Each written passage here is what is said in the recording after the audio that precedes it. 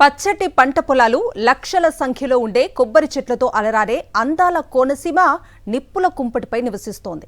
బంగారం పండించే సారవంతమైన నేల కింద అత్యంత విలువైన ఆయిల్, గ్యాస్ నిల్వలు అపారంగా ఉన్నాయి. అయితే చమురు, గ్యాస్ బయటకు తీసేందుకు జరుగుతున్న ప్రయత్నాల్లో అనేక ప్రమాదాలు జరుగుతున్నాయి. ప్రమాదం జరిగిన వెంటనే స్పందించాల్సిన క్రైసిస్ మేనేజ్మెంట్ వ్యవస్థలు దగ్గరలో లేకపోవటాన్ని గత ప్రభుత్వ హయాంలో సీఎం వైఎస్ జగన్ గుర్తించారు. కోనసీమలోనే క్రైసిస్ మేనేజ్మెంట్ వ్యవస్థ ఏర్పాటు చేయాలని అమలాపురం ఎంపీ ద్వారా కేంద్రానికి లేఖను రాయించారు. అఖండ గోదావరి కడలి దిశగా ప్రయాణించే దశలో ఏర్పడిన నదీ పాయల మధ్య ఉన్న అందాల కోనసీమ పెద్ద ఆపదలో చిక్కుకుంది. పుడమి గర్భంలోని అపారమైన చమురు, గ్యాస్ నిక్షేపాలను వెలికి తీయడానికి 4 దశాబ్దాలుగా ఇక్కడ తవ్వకాలు జరుగుతున్నాయి. కేంద్ర ప్రభుత్వ సంస్థ ఓఎన్జీసీతో సహా పలు ప్రైవేటు సంస్థల కార్యకలాపాలు పెద్ద ఎత్తున జరుగుతున్నాయి. రిలయన్స్ వంటి ప్రైవేటు సంస్థలు ఆఫ్ షోర్లో కార్యకలాపాలు నిర్వహిస్తుంటే ఓఎన్జీసీ కోనసీమలోని పొలాలు, ఊళ్ల మధ్యలోనే 173 చమురు బావులు నిర్వహిస్తోంది. జనావాసాలు, పొలాల మధ్య చమురు, గ్యాస్ వెలికితీత వల్ల ప్రజలు కాలుష్యం బారిన పడడమే కాకుండా ప్రమాదాలకు కూడా గురవుతున్నారు. కోనసీమలో 1995 జనవరిలో జరిగిన పాసర్లపూడి బ్లోఅవుట్ ను అతిపెద్ద ఉత్పాతంగా చెబుతారు. ప్రపంచంలోనే అతిపెద్ద బ్లోఅవుట్లో ఒకటిగా నిలిచిన ఈ ప్రమాదాన్ని అదుపు చేయడానికి 65 రోజులు పట్టింది. కోట్ల విలువైన గ్యాస్, చమురు ఆవిరైపోయాయి. గాలి, భూగర్భ జలాలు విపరీతంగా కలుషితమయ్యాయి. ఉప్పునీటి ప్రభావం భూముల్లో పెరిగిపోవడంతో కొబ్బరి తోటలు తీవ్రంగా దెబ్బతిన్నాయి. ప్రమాదాన్ని అదుపు చేయడానికి ఓఎన్జీసీకి ఉన్న సాంకేతిక పరిజ్ఞానం సరిపోకపోవడంతో అంతర్జాతీయ నిపుణులను తీసుకురావాల్సి వచ్చింది. అప్పటి నుంచి ఈ ప్రమాదాల పరంపర ఇప్పటికీ కొనసాగుతూనే ఉంది. అనునిత్యం ఏదో ఒక ప్రాంతంలో గ్యాస్ లీక్ అవ్వడం, స్థానికులు ఆందోళనకు గురవడం సర్వసాధారణమైపోయింది. నగరం ఘటన ఇప్పటికీ స్థానికుల మది నుండి తొలగిపోలేదు. గెయిల్ పైప్ లైన్ నుంచి లీక్ అయిన గ్యాస్ నగరం గ్రామాన్ని ధ్వంసం చేసింది. 20 మందికి పైగా ప్రాణాలు కోల్పోయేలా చేసింది. ఈ ఘటన కోనసీమ వాసులను తీవ్రంగా భయాందోళనకు గురిచేసింది. దీంతో పాటు తాజాగా మలికిపురం మండలం ఇరుసుమండ గ్రామంలో మొదలైన బ్లోఅవుట్ చుట్టుపక్కల గ్రామాల వారిని తీవ్ర భయకంపితులకు గురిచేసింది.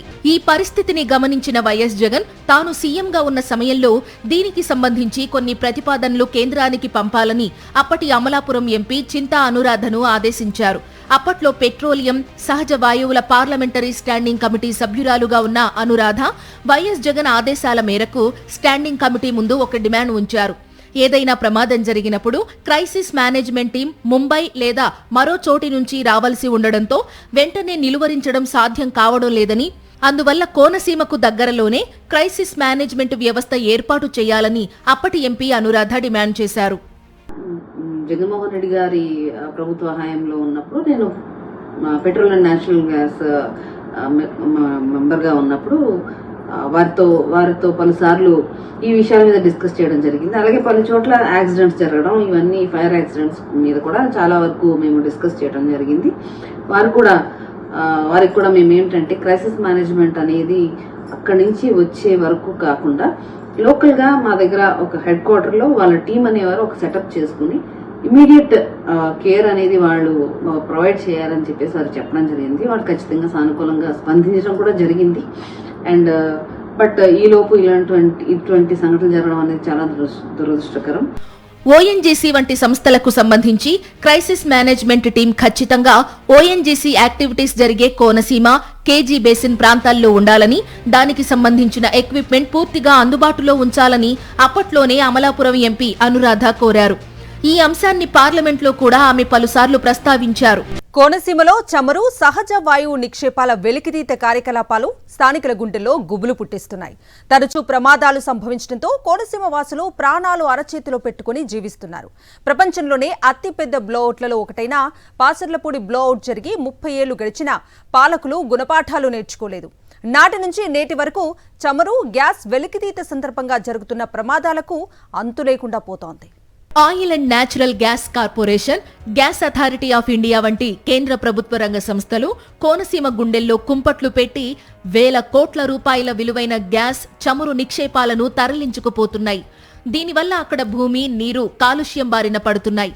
గతంలో ఇక్కడి ప్రజల ఆవేదన, కోపాన్ని చల్లార్చడానికి కార్పొరేట్ సోషల్ రెస్పాన్సిబిలిటీ ఫండ్స్ విడుదల చేసి అక్కడక్కడ అభివృద్ధి కార్యక్రమాలు చేపట్టేవారు. కొంతకాలంగా నిధులు సరిగా రాకపోవడం, వచ్చినవి ఇతర పనులకు మళ్లించడంతో అభివృద్ధి ఆమడ దూరంలో నిలిచిపోతోంది. కోనసీమలో బ్లోఅవుట్స్ జరిగిన ప్రతిసారి స్థానికుల గుండెల్లో రైళ్లు పరిగెడుతున్నాయి. ఎక్కడ ఏ బావి నుంచి చమురు బయటకు వస్తుందో, ఎక్కడి నుంచి గ్యాస్ లీక్ అవుతుందోనని నిరంతరం భయపడుతూనే ఉంటారు. ఇరుసుమండలో గతంలో మూసేసిన బావిని తిరిగి ప్రారంభించేందుకు ఓఎన్జీసీ డీప్ ఇండస్ట్రీస్ అనే ప్రైవేటు సంస్థకు అనుమతి ఇచ్చింది. బావి మరమ్మతులు నిర్వహిస్తున్న సమయంలోనే భూమి లోపలి పొరల్లో ఉన్న గ్యాస్ వేగంగా పైకి తన్నుకొచ్చింది. దీంతో ప్రజలు ప్రాణాలు అరచేతిలో పెట్టుకుని తలో దిక్కుకు పారిపోయారు. కనీసం ప్రమాదం జరిగిందన్న విషయాన్ని గుర్తించేందుకు వీలుగా ఓఎన్జీసీ సైరన్ కూడా లేదని స్థానికులు ఆగ్రహం వ్యక్తం చేస్తున్నారు. సంఘటన జరిగిన వెంటనే ఇరుసుమండ, లక్కవరం గ్రామస్తులను ఖాళీ చేయించారు. కొంతమంది ఇతర గ్రామాల్లోని బంధువుల ఇళ్లకు వెళ్లగా మరికొంతమందిని స్థానికంగా ఏర్పాటు చేసిన శిబిరాలకు తరలించారు.